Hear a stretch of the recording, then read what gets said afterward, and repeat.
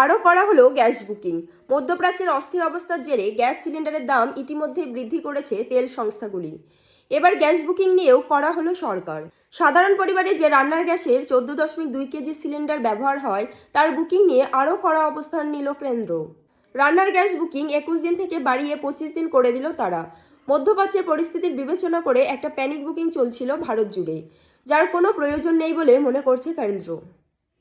অনেকে gas cylinder book করে রেখে দিতে চাইছেন, যদি আগামী দিনে গ্যাস পেতে অসুবিধা হয় সেই আশঙ্কায় এই প্যানিক বুকিং আটকাতে 25 দিন করে দেওয়া হলো বুকিং সময়।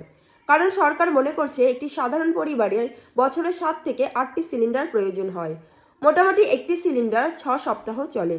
সেই হিসাব মাথায় রেখেই সিলিন্ডারের বুকিংয়ের সর্বনিম্ন সময়সীমা 25 দিন টেনে নিয়ে গেল সরকার।